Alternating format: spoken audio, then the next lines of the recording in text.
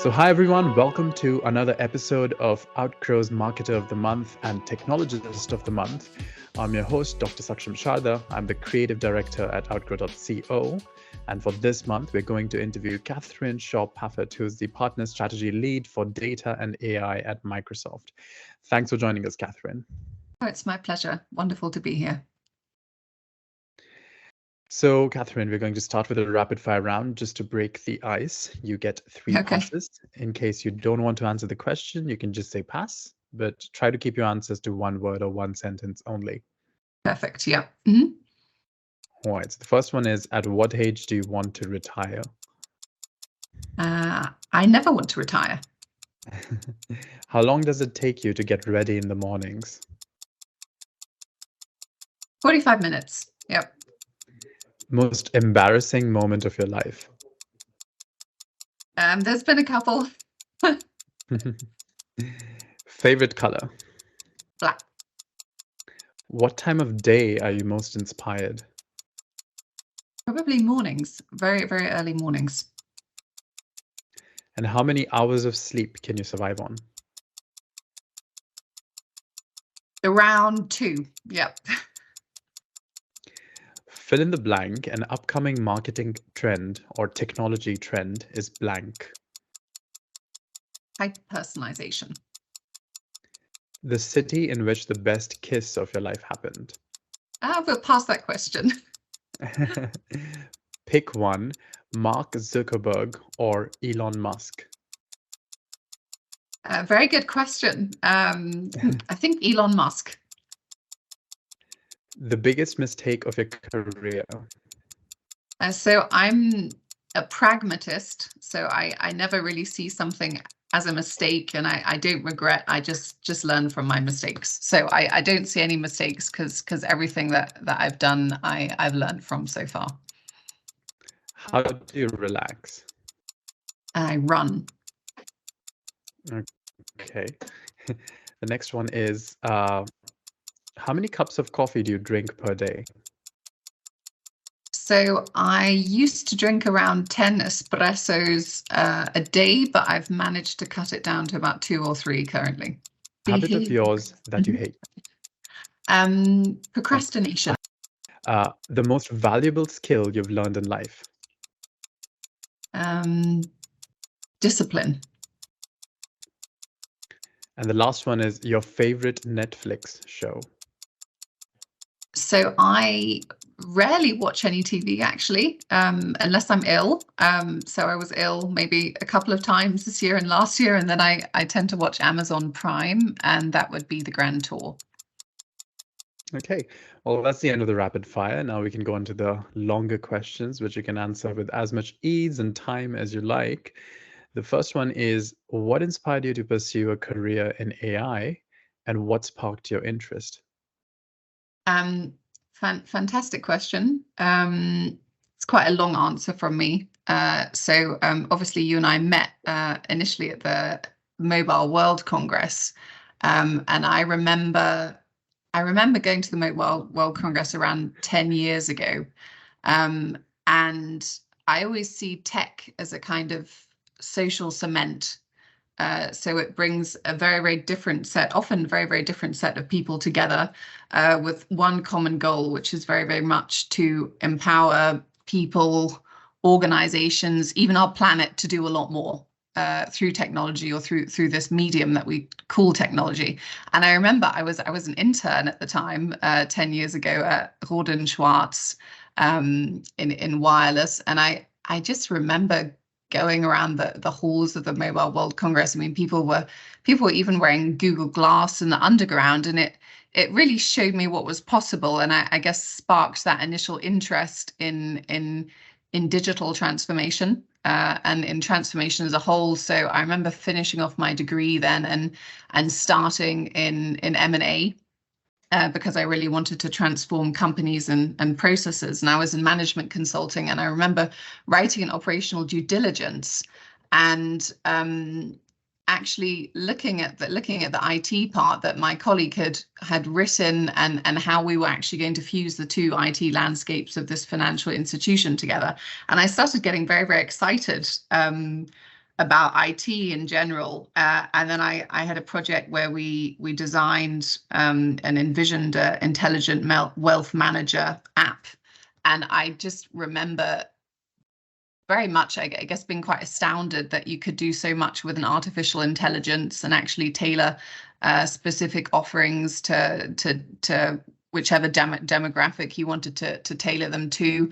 And then I guess the compelling event for why really started driving my career towards AI was that then I rolled out GDPR.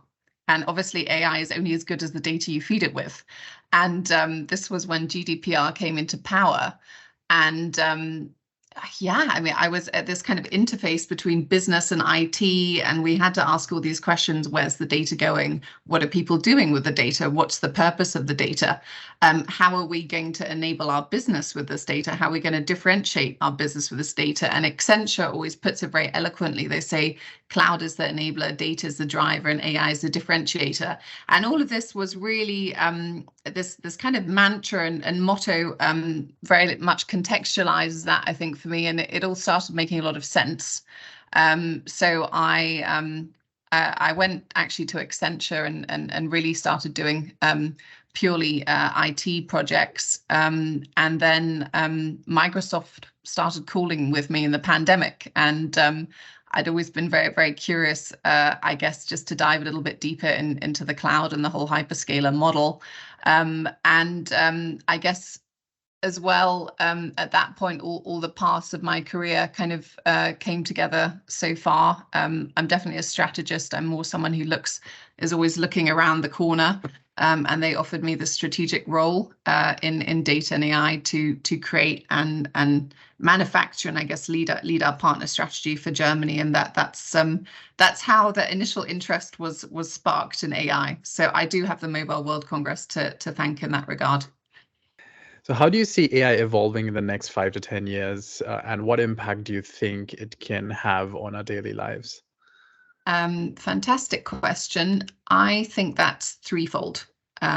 So first of all, just before the Mobile World Congress, Satya delivered a speech where he talked about the 3 platform shifts of the web. So he said that the web started on PCs and servers, then it manifested or moved itself to mobile and the cloud. And now it's AI's turn, yeah. And he talked about this agent relationship that we're going to have with AI going forward, that we're going to have a kind of a co-pilot, yeah. And when I think about this third platform shift, I think it's necessary. So if you look at the rate of growth in the market, if you look at how many users did ChatGPT have, I think around 100 million in the first couple of months. I mean, that's more than we saw with Netflix. You look at, I learned an interesting statistic the other day that 90% of the world's data was actually created in the last 2 years. You look at the rate of chronic diseases, the way the market is growing, the compound annual growth ratio, I think for generative AI is around 35.6 right now, up until 2028. I mean, we're seeing unparalleled growth in every area. There's something called well, there's a law I really like called Moore's law, which says that the rate of computational progress actually doubles every couple of years. And you apply that to ChatGPT or to anything we've seen in technology in the last 9 months. We've got to a point where we're really seeing unparalleled growth. And I don't think, or at least for me, I don't really want to do this on my own. I want a little bit of help. I remember talking to a friend of mine the other day and he said, how many emails do you get, Katharine? I said, yeah, I told him how many emails I get a day on average. And he said, I get at least 100. And so I really welcome this agent relationship that we're going to have with AI going forward, or a kind of a co-pilot. Obviously, initially it was a metaphor, and now we've actually got a range of products being rolled out. So that's the first thing. I think this agent relationship with AI will get more and more prominent, and we'll see that in more and more of our user interfaces, that we have an AI, or in Microsoft's case, a co-pilot to help us along the way. And I think the second point is that I think AI will break down silos and really foster inclusivity, especially in companies. So there was a BCG study a couple of months ago now called AI at Work. And what I found really interesting is that I think it was done in around 18 countries. And they said that 80% of top management right now are using generative AI, and only 20% of frontline workers. And when I think about some of the solutions we've been making at Microsoft with Gen AI for our customers, so OpenAI, using OpenAI on Azure, for instance, one of our best customer cases a couple of months ago was that we made a team apps for product lifecycle management. And everyone had access to this map, from top line management down to frontline workers. All kinds of levels of the organization had access to this app, so they could monitor their product life cycle. And obviously, in our responsible AI principles, inclusivity is very much at the forefront. So I think AI can and has the ability to really foster more inclusivity and break down silos, and also just to democratize AI. So if you look at our co-pilots, we have I would say a universal interface, and that's natural language. You don't need to have studied data science now to actually play around with AI or actually use it in your day-to-day work. So I find that very exciting. And I think the third point I would make is that I think the role of the customer is going to change. And I mean, you and me are both customers, and we know that a lot more things are possible now, whether it's with generative AI, so whether it's continuous improvement, real-time customer engagement, predictive analytics, next best actions, personalized recommendations. This is on a much higher standard of quality now. And that means that the customer can be more of a diva. So we're in a kind of customer 360 reloaded, or customer 360 on steroids type of situation, because I'm thinking of one of our partner solutions now. They have a call center solution, and I grew up in the UK, and please and thank you in the English culture is very, very important. So when I was talking to this call center solution, or when I was seeing the demo, they were very polite. They sounded like a human. They were saying please, they were saying thank you. And I will grow to actually expect that level of customer service, even if it's just from an AI. So I think we're entering a phase where we'll be more demanding as customers, because we realize now that generative AI really has that ability to actually hyper-personalize the customer journey. And you mentioned the speed and rate at which things are progressing and Moore's law. How would you like to relate it to the theme of velocity at MWC? What does that mean for you in regard, and also for the market? Great question. So, I mean, I think the theme of velocity at Mobile World Congress here was very fitting, and I think we've seen that talking once, at the beginning of the year, and then now where so much has happened. The market is moving very fast, as we've talked about before, and I think my role at Microsoft is very much, I have two kind of high-level goals in my job.